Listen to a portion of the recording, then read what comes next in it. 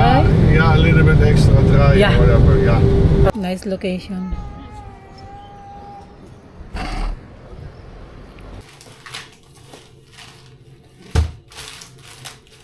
Yung masama yung pakiramdam natin. Kadahilanan na nag-iba kasi yung panahon dito sa Netherlands.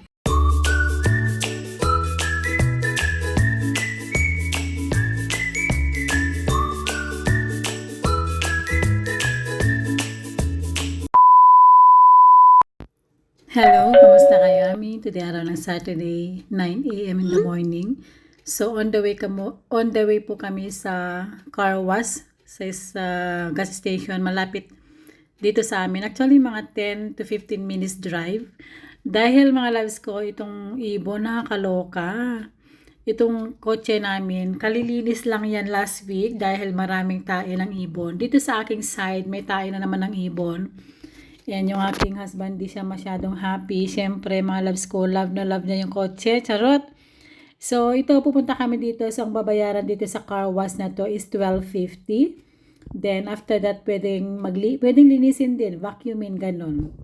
So, yun. So, ginagawa namin to mostly pag talagang may tayo ng ibon. Dahil, ewan ko ba, lahat ng mga kotse nakatabi, itong kotse namin, walang tayo ng ibon. Lagi itong kotse namin pinagtitripan ng ibon.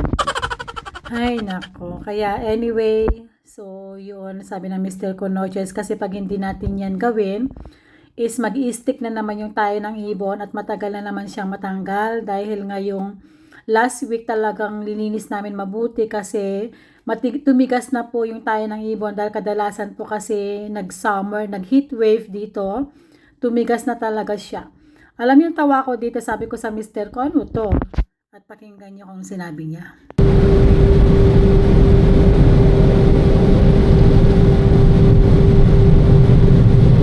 What's that?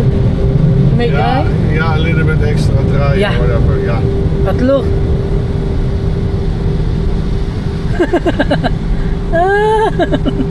Look at that. Yung crazy.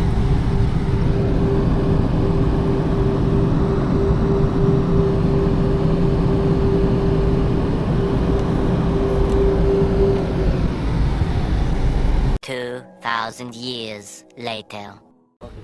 This area. Nice location.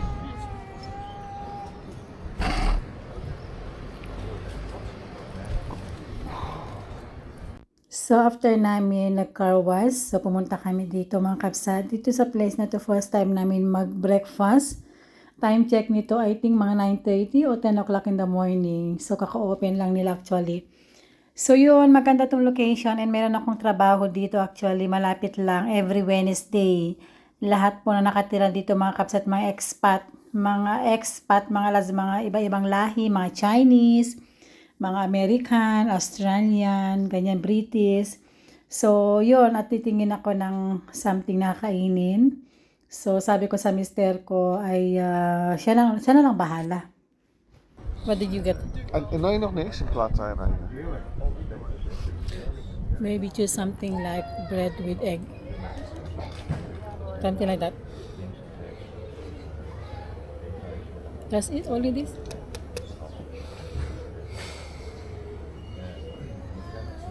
Yeah, I want to live here. Yeah? I want to live here. Yeah, expensive, huh? Nah, but then you have to work hard. Yeah, true. Mostly expat living here, huh? Oh, A lot of expat. Ja. Zeker weten. You can see their clothes, you can see... Narinig nyo yun? Sabi ng asawa ko, gusto daw niyang tumira dito kasi ang ganda kasi ng location and malapit ka sa mga stores, ganyan. Eat breakfast at home. Yeah. You have money to go breakfast outside. Yeah. Some To do go every... breakfast. Some people, I know that some people do every week and then go out for... Yeah, and then come here. Sabi ng asawa ko, yung mga tao nakatira dito, and pag weekend, kumakain na lang sila. Dito sila nagbe-breakfast, ganyan, kumakain, ganun. Ito yung espresso ng coffee, sabi ng asawa ko, tikman ko daw. Tikman ko daw, super, grabe yung tapang. Grabe yung tapa mga kapsat. Kaya pala meron siyang extra water. Strong. Wow. This is real espresso. Yeah?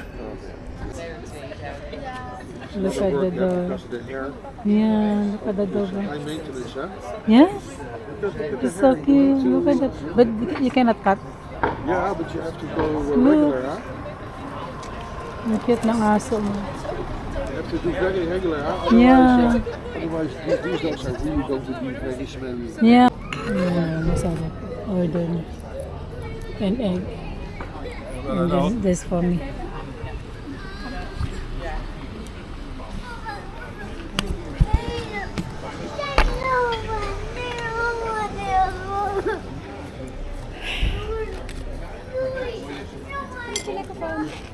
Okay, well. Thank you, Vel. Oh, I think you is yummy than me. Maybe half. This is for you. This is hummus. Yeah, this half for you, for us. This is for you. And one for me. You want this one? Okay, come.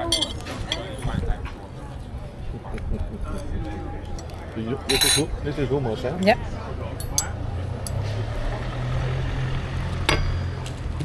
Kain tayo mga kapsat. So, chinense ko yung isa sa husband ko.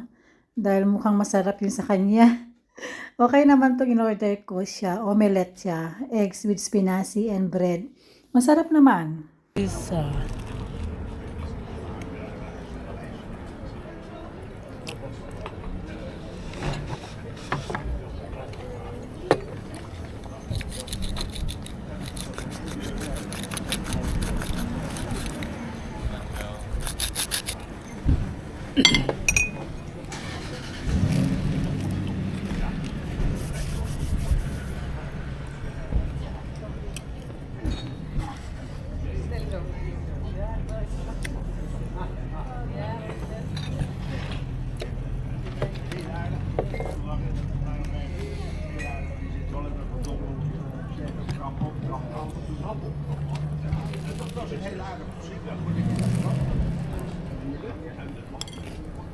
Good.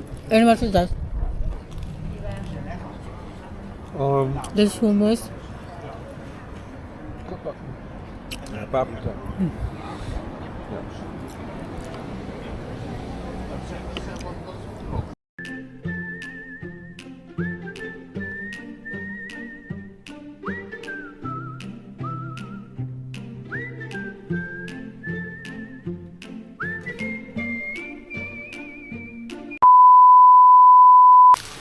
So, nasa bahay na kami and dumaan ako sa grocery store. Bumili ako ng oatmeal sponge and bumili ako ng broccoli at i-steam ko itong broccoli. Tapos, bumili ako ng panghalo sa salad and then bumili ako ng chicken para sa salad and blueberries para sa aking oatmeal and then gloves and then yung aking candies. So, yun lang. The total na binayaran ko to is 28 euros. Then, bumili din ako ng tissue para sa aking nose kasi sometimes kasi meron akong allergy. So, kailangan ko to para sa aking nose. Then, binili ko yan sa Crowdfat. So, yun. And nag-enjoy naman kami ng mister ko. Saglit lang kami nag-lunch, nag-grocery kami. Then, muwi na kami ng bahay kasi nga medyo masama yung pakiramdam ko. Feeling ko tinatrangkaso ako at parang may lagnat ako. Ganun basta feeling ko magkakasakit ako pero sana wag naman, sana matuloy ano. And yun, so yun ang ating gagawin for today at tapusin ko lang to at plano ko pong mag-rest, matulog.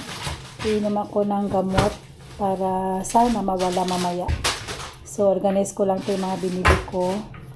So yun po yung weekend, simpleng weekend lang, walang gala-gala para hindi magastos. Kasi kung lagi kang lalabas, magastos din, no? Mapapagastos ka. So, mas maganda talaga na yung ganito lang. Inisip ko na yung panglabas na lang is, bibilin ko na lang ng mga kailangan sa bahay, grocery, diba? Kasi yung mga loves ko, gusto ko sana pumunta ng city. Sabi ko kung pupunta ako ng city, mapapagastos na naman ako. Kaya sabi mo na hindi ako bibili. Lalo malapit na ata mag-sale ngayon. Ngayon ang mga lahat magse-sale ngayong July eh. So we'll see kung ano, baka pag may time ako, pupunta ako dun sa city this coming weekend. At titignan natin kung kailan magsisale. So yun, and organize ko lang to. At then after that ay tapos na. At lang ako, matutulog lang ako. So alam niyo po, meron ako ngayon. Diet, charot, and oatmeal. At inano ko lang yan, binababad ko lang yan ng 24 hours. And dinilagyan ko siya ng chia seed, mga bukas, ganun. Kaysa kasi, siyempre mga labas ko, mabilis ako tumaba. And gusto ko ulit na mag-lose kasi siyempre mag-summer dito, ganun, para maganda yung fit ng damit ba. So yun po yung ating gagawin, and then magpapahinga muna ako at maya-maya ay babalik ako, mag-vlog ako, magbibihis muna ako, okay? See you mamaya. 3 hours later. Hello mga kabsat. So nasa bahay na kami kanina pa. So yun nga, at after mga 3 hours, ako po ay nag-iglip kasi nga medyo masama yung pakiramdam natin.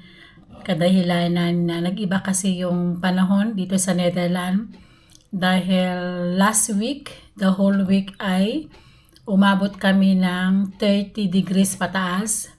So deklara na heat wave kami dito sa Netherlands. And after that mga loves ko ngayon, the whole week ay bumaba yung temperature. So 20 degrees pataas. So nag-iba yung klima. At kahapon ng gabi, alas 3 ng umaga, bigla akong ninagnat. Nagkaroon ako ng lagnat. So kanina lumabas kami ni Mr. Maaga kami umalis kasi every Saturday po ng umaga ay kinakarwas namin yung kotse dahil yung ibon gustong-gusto niyang tahihan yung car namin. Dahil last week Saturday, we make mistake kasi nga dahil sa 38 temperature, tumae yung ibon, tumigas yung tae ng ibon dun sa kotse. Mahirap na siyang tanggalin, and then nakalimutan namin yung tinanggal agad. So, ginawa namin, nag-car wash kami, ginawa namin talaga kamay namin, inispans namin ng husto. And very sad lang kasi yung stay ng tae ng ibon nandun na dun, nakapakat na dun sa kotse. Kaya nga si Mr. ay hindi siya happy. And yun. So, titignan namin kung meron bang pwedeng gawin para matanggal yung stain ng kotse. Dahil yung kotse namin mga loves ko, actually nabili namin yan. That was May, second hand po, pero bago-bago ba siya. And pinag-ipunan talaga yung pera na yun para mabili namin yung kotse na yun. Kaya siyempre pag bago, di ba talagang super ingat. But anyway, yun po yung ginagawa namin pag weekend. Then after that pumunta kami, nag-breakfast kami kasi umalis kami sa bahay ng 9 o'clock, hindi pa kami nag-coffee. Then sabi ng mister ko, punta tayo doon sa place kasi nakita ko na masarap yung food. And actually every Wednesday meron akong trabaho doon, may part-time ako doon. So masarap naman yung pagkain, masarap siya. Yun, so ngayon nasa bahay na kami kanina, biglang sumama yung pakiramdam ko, nilamig ako. And sumakit yung mga buto-buto ko. So sabi ko sa mister ko, mag-iglip muna ako. Then minom ako ng paracetamol, gumising ako after 2 hours. Medyo okay na, pero naramdaman ko talaga yung mga buto-buto ko masakit. So parang trangkaso ata, but minom na ako ng gamot. Yun po yung ganap. Yun po yung ganap mga loves ko. So ngayon po ay back to Netherlands na tayo. Actually 1 month na po ako dito. And kakatapos ko lang po na-upload lahat ng mga Pinas vlog ko. And this is the second video. Nandito na ako sa Netherlands. Kaya na-late gawa ako ng videos kasi gusto ko matapos lahat ng mga upload ko sa Pilipinas. And kaya hindi po ako nag-video dito. So hinintay ko muna siya matapos lahat. And gusto ko sanang magbigay ng shout out sa mga lagi nanonood ng aking vlog. And nakikita ko to lagi sa aking comment section sa aking YouTube channel. And si Hermie Florendo, Si Hermi Florendo, lagi siyang nagko-comment sa aking video. Si mygoldtv.live, lagi siya nagko-comment. And si Lovely Salvador, nanood siya ng aking videos. Maraming salamat. Thank you. And sa mga bago natin subscribers, maraming salamat po sa inyong lahat. At patuloy-tuloy pa rin tayo nag-upload ng mga videos kahit konti lang po yung views natin. And kumikita naman tayo ng cents. So malapit na po mabuo yung aking 70 euro. Yan o, malapit na po mabuo yung 70 euro mga loves ko. 57.07 euro na ako. So pag nabuo to ng 70 ay magkakasahod na tayo. Matagal ako bago makasahod mga loves kasi tignan mo naman yung mga views ko, puro malilit lang pero kumikita ako niyan. So maraming salamat kahit 30 cents man yan. I do appreciate, I'm so grateful na kahit papaano kumikita ako sa YouTube mga loves ko. And also sa my Facebook, sa mga bago nating followers, maraming salamat kasi nakapagsahod na po ako sa Facebook mga loves ko and nakapunta nalagay ko na po yan sa aking savings kasi lahat ng mga sahod ko po sa aking social media iniipon ko yan para gusto ko na one day ay gusto ko yan gamitin talaga yung nakikita ko, forever nakikita ko. Ganun po ako. But anyway, yun lang po and that's it for today's vlog. So maraming salamat. I try my best na mag-vlog na, hindi naman everyday. Mga 3 times a week okay na po yan.